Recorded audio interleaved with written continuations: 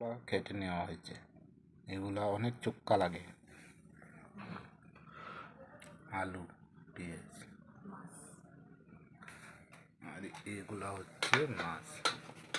এই চুক্কা মাছ দিয়ে আলু দিয়ে ম্যাশটা দিয়ে চুক্কা তরকারি রান্না হবে। পেঁয়াজগুলা ভাজা হচ্ছে। হলুদ, রসুন, শুকনো মরিচ এগুলা একসাথে ভাজা হচ্ছে। এখানে আলুগুলা দেওয়া হয়েছে।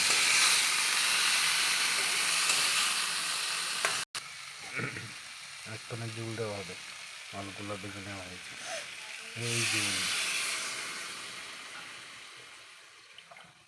মাছগুলা দেওয়া হচ্ছে। তরকারিটা চুকা হওয়ার জন্য মেষ্টা পাতা দেওয়া হচ্ছে। এক্ষুনি নামানো হবে।